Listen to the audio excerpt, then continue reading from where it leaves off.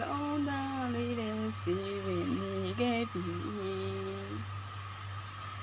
ရုပ်ချမှုခတ်တဲ့ကြွေစားမှုလေးတွေ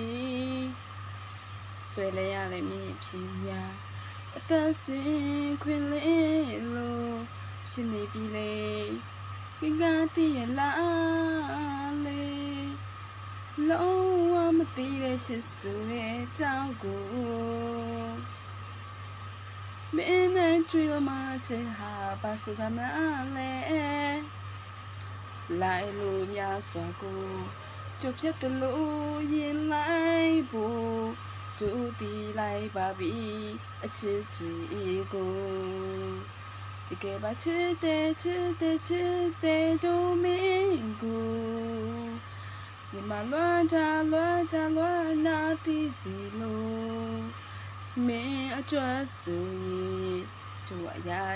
စရဲ့တဲ့ရက်စပြီးတော့တွားမှာကိုသာအကြောင်းဆုံးပဲ